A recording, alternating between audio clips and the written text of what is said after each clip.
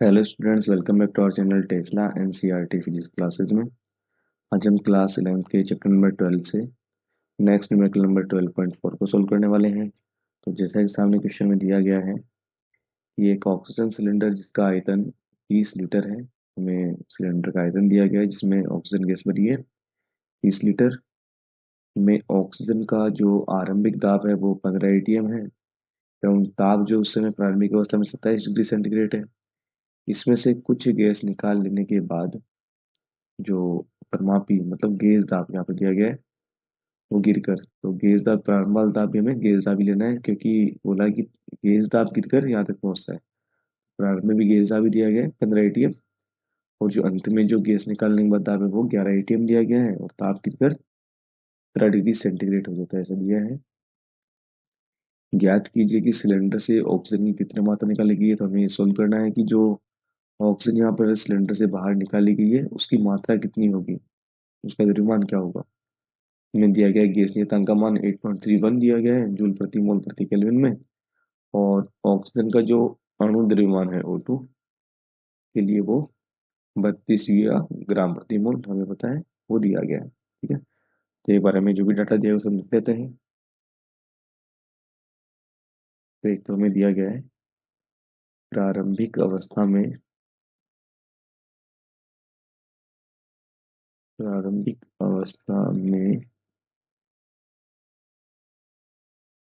आयतन। तो प्रारंभिक वाली जो नोटेशन हम वन नोटेशन से करते हैं, तो V1 जो है वो हमें 30 लीटर दिया गया है। और जो प्रारंभिक में गेज दाब है P, गेज दाब दिया गया है ना, वो 15 एटीएम दिया गया है। और चूंकि हम जानते हैं कि जो एब्सोल्यूट दाब होता है, कुल दाब जो होता है वो गेज दाब प्लस वायुमंडलीय दाब होता है। यहाँ से जो दाब हो जाएगा, कुल दाब होगा, वो क्या हो जाएगा यहाँ पर प्रारंभिक अवस्था में E1 को गेज दाब जो हमें दिया गया है 15 एटीएम, उसमें वायुमंडलीय दाब जोड़ देंगे और वायुमंडलीय दाब कितना होता है 1 एटीएम। तो यहाँ से जो प्रारंभिक अवस्था के लिए कुल दाब हो जाएगा कितना हो जाएगा 16 एटीएम। ठीक है, और हमें दिया गया प्रारंभिक ताप, तो ताप T1 जो हमें दिया गया पहली प्रारंभिक अवस्था के लिए वो 27 डिग्री सेंटीग्रेड दिया गया है। और जो मात्रक है गैस नियतांक का वो केल्विन में होता है, तो इसे हम केल्विन में कन्वर्ट कर लेंगे। तो केल्विन में कन्वर्ट करने के लिए हम इसमें 273 जोड़ देंगे। वैसे 273.15 जोड़ा जाता है, तो हम सिंपली आसानी से सोल्व करने के लिए इसमें 273 जोड़ देंगे। ठीक है, तो ये मान हो जाएगा 273 प्लस में 27, सोल्व करेंगे क्या जाएगा 0, वहां से देख 0 प्लस हासिल 300 हो जाएगा 300 केल्विन। सिमिलरली अंतिम अवस्था के लिए जो हमें दी गई उस अंतिम अवस्था के लिए क्या हो जाएगा मान। तो गैस उसी सिलेंडर में है तो गैस का आयतन तो पात्र के आयतन के बराबर होता है, तो आयतन तो प्रारंभ में भी वही रहेगा अंत में भी वही रहेगा, ये हो जाएगा 30 लीटर। और जो दाब है, अब गैस का जो गेज दाब है वापस से वो गिर कर 11 एटीएम पर पहुंच गया है। और जैसा हमने ऊपर पढ़ा है कि जो दाब है कुल दाब वो गेज दाब प्लस वायुमंडलीय दाब होगा। तो जो अंतिम दाब हो जाएगा वो गेज दाब में हम वायुमंडलीय दाब 1 एटीएम जोड़ देंगे। तो जो कुल दाब है P2 उसका मान हो जाएगा हमारे पास 12 एटीएम। ठीक है, और बाकी जो ताप है वो हमें दिया गया 17 डिग्री सेंटीग्रेड, तो हम इसको भी लिख लेते हैं एक बार। तो जो ताप है T2 अंतिम अवस्था के लिए वो हमें दिया गया है 17 डिग्री सेंटीग्रेड पहुंच जाता है गिरकर। इसको हम केल्विन में कन्वर्ट कर लेंगे तो 273 जोड़ देते हैं 17 में, तो ये जो मान हो जाएगा वो हो जाएगा हासिल एक, ये हो जाएगा 9,290 केल्विन।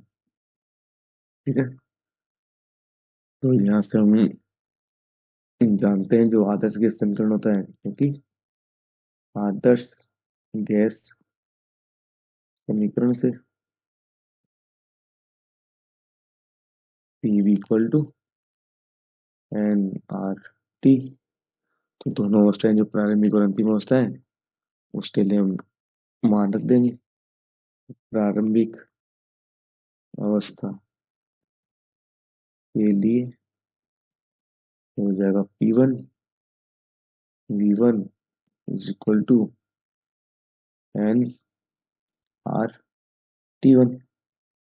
तो मान रख देते हैं, तो मान रखने पर प्रारंभिक अवस्था का जो मान रखेंगे तो देखिए क्या आ जाएगा। P1 का जो मान है प्रारंभिक अवस्था में वो हमने सोल्व किया था कितना, 16 ATM। तो ये हो जाएगा 16 ATM। V1 का जो मान है वो तो पात्र का आयतन बराबर 30 लीटर थे दोनों केसों में, 30 लीटर। एन का जो मान है प्रारंभिक अवस्था में मान लीजिए N1 है, N1 का मान हमें सोल्व करना है। आर का जो मान होता है वो हमें प्रश्न में दिया गया था, आर का मान गैस नियतांक का मान 8.31 जूल प्रति मोल इंटू केल्विन। तो जूल ये वाला मात्रक जब हमें दाब जो है वो न्यूटन प्रति मीटर स्क्वायर में और जो आयतन है वो मीटर क्यूब में दिया हो। इसका अन्य एक यूनिट होती है 0.0821, जो थ्योरेटिकल पार्ट में पड़ेगी आपको, लीटर एटीएम प्रति मोल इंटू केल्विन। जब वॉल्यूम लीटर में और ताप एटीएम में दिया गया हो तो यहाँ पर ये वाला मान जो आर का है वो यूज करेंगे। तो हो जाएगा 0.0821 लीटर एटीएम प्रति मोल इंटू केल्विन। T1 का जो मान था हमने सोल्व किया वो ऑलरेडी 300 केल्विन। 27 डिग्री सेंटीग्रेड दिया गया जिसे हमने ऑलरेडी ऊपर केल्विन में कन्वर्ट किया हुआ है। यहाँ से एटीएम से लेफ्ट हैंड पार्ट से राइट हैंड में एटीएम कैंसिल आउट हो जाएगा, लीटर से लीटर और केल्विन से केल्विन कैंसिल आउट हो जाएगा। ठीक है, यहाँ से इस N1 के अलावा जो रिमेनिंग पार्ट है इनको हम लेफ्ट हैंड में ले जाएंगे, तो ये वाला पार्ट इधर बटे में चला जाएगा, 300 इधर बटे में चला जाएगा और मोल मर्जी गुणाओं के ऊपर चला जाएगा। ठीक है, यहाँ पर हो जाएगा 16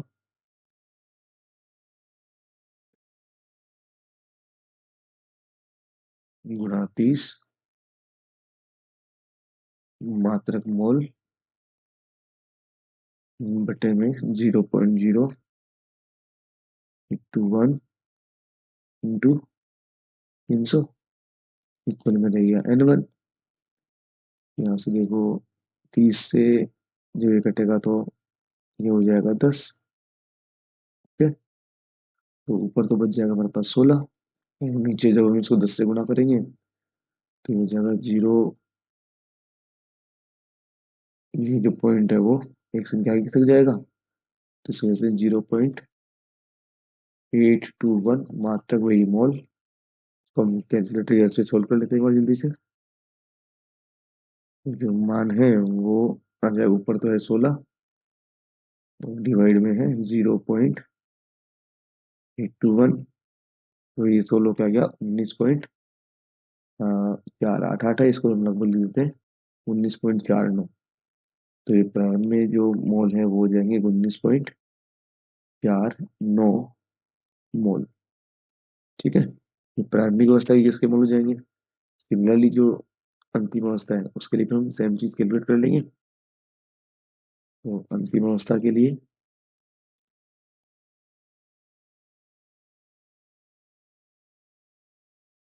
वही फॉर्मूला, बस नोटेशन जो है 2 हो जाएगा अंतिम अवस्था के लिए, P2V2 एंड 2R T2।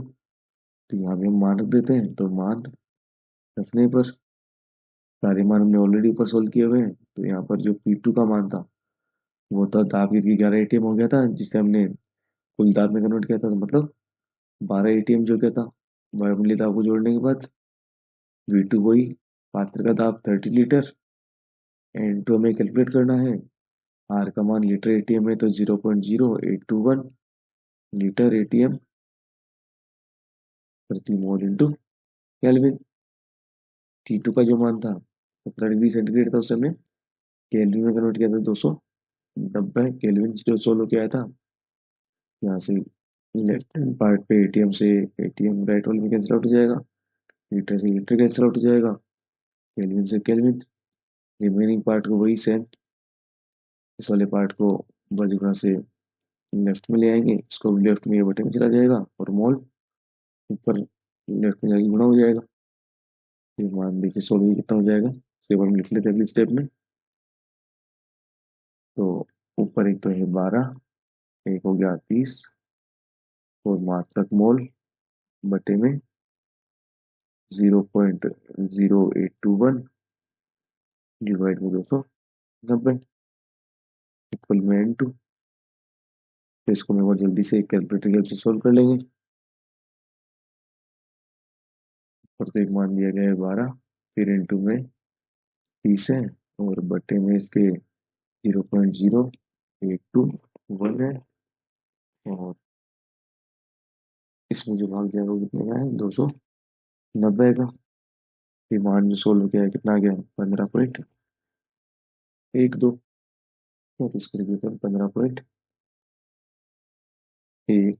और मात्रक चल रहा है मोल। तो अब गैस के जो प्रारंभ में मोल है वो इतने थे और अंतिम अवस्था में जो मोल है इतने रह गए हैं। तो हम यहाँ से कह सकते हैं जो गैस के मोलों में कमी है वो कितनी हो जाएगी, दोनों का अंतर निकाल लेंगे। मतलब कितनी गैस के मोल कितने बाहर निकाल लेंगे, तो हम निकालेंगे यहाँ से गैस के बाहर निकले मोल। ठीक है, तो अगर हम ये याद कर लेंगे तो यहाँ से हम कितनी मात्रा निकाली गई वो भी सोल्व कर लेंगे। तो गैस के बाहर निकाले गए मोल, कितने मोल गैस बाहर निकली है, तो प्रारंभ में जितने थे वो माइनस अंत में जितने हैं। प्रारंभ में जो हमारे पास है कितने थे, 19.49 मोल और अभी कितने सोल्व किया हमने, 15.12 मोल। तो जो कुल बाहर निकाले गए मोल कितने हो जाएंगे, 19.49 में से हम 15.12 को माइनस कर देंगे तो ये आ जाएगा, 9 में से 2 गया तो 7, 4 में से 1 गया तो 3 और 9 में से 5 गया तो 4। तो 4.37 मोल इतने मोल बाहर निकाले गए हैं। और चूंकि O2 का जो अनुपात दिया गया है वो हमें दिया गया है 32 यू या 32 ग्राम प्रति मोल होता है। यहाँ से जो गैस है कि बाहर निकाली गई मात्रा या बाहर, इसकी बाहर निकाली गई मात्रा बोल दो इसका द्रव्यमान, वो क्या हो जाएगा, मोल इंटू उसका अणुभार जो कि हमें दिया गया है। तो मोल हमने जो बाहर निकाले हैं कितने दिए गए हैं, ऊपर सोल्व किया हमने 4.37। तो यहाँ लिखेंगे ये मान दिया गया हमें 4.37 मोल, अणुभार दिया गया है 32 ग्राम प्रति मोल। तो मोल से मोल कैंसिल आउट हो जाएगा। तो इसको हम थोड़ा अगले स्टेप में सोल्व कर लेते हैं, कैलकुलेटर की हेल्प से जल्दी से सोल्व कर लेंगे। तो जो मान है वो कितना जाएगा, 4.37 मल्टीप्लाई बाई 32, ये आ गया हमारे पास 139.84। ये हो जाएगा 139.84 और मात्रा कितना आ गया है, ग्राम। ठीक है, इसको हम ग्राम को किलोग्राम में कन्वर्ट कर लेते हैं। तो क्योंकि हम जानते हैं कि जो ग्राम होता है वो 10⁻³ किलोग्राम के तुल्य होगा, या ये कह सकते हैं 1/1000 किलोग्राम के तुल्य होगा। यहाँ पर 139.84 ग्राम की जगह 1/1000 किलोग्राम। तो यहाँ से पॉइंट जो है वो 3 अंकों से इधर शिफ्ट हो जाएगा। तो द्रव्यमान जो निकाला गया उसका मान हो जाएगा 0.13984 किलोग्राम। ठीक है, जिसको हम लगभग कह सकते हैं 0.14 किलोग्राम। तो यही हमसे प्रश्न में पूछा गया था कि जो गैस है ऑक्सीजन गैस दोनों अवस्थाओं में, प्रारंभिक और अंतिम अवस्थाओं के लिए उसका निकाली गई इसकी मात्रा कितनी होगी। ये पूछा गया प्रश्न में कि ज्ञात कीजिए कि सिलेंडर से ऑक्सीजन की कितनी मात्रा निकाली गई है। तो हम यहाँ पर कह सकते हैं जो सिलेंडर है उससे ऑक्सीजन की निकाली गई जो मात्रा है, हमारे पास हमने द्रव्यमान कैलकुलेट कर लिया है, जो हमारे पास सोल्व क्या है 0.14 किलोग्राम। इसको हम यहाँ पर लिख देते हैं एक बार। तो गैस की निकाली गई मात्रा या इसका द्रव्यमान कितना है हमारे पास 0.14 किलोग्राम। ठीक है, ये हमारा फाइनल आंसर होगा। तो उम्मीद करता हूँ आपको न्यूमेरिकल का सॉल्यूशन अच्छे से समझ में आया होगा। फिर भी अगर आपको कोई डाउट हो तो आप कमेंट सेक्शन में कमेंट कर सकते हैं। अगर वीडियो आपको अच्छा लगा हो तो please like and subscribe my channel. Thank you.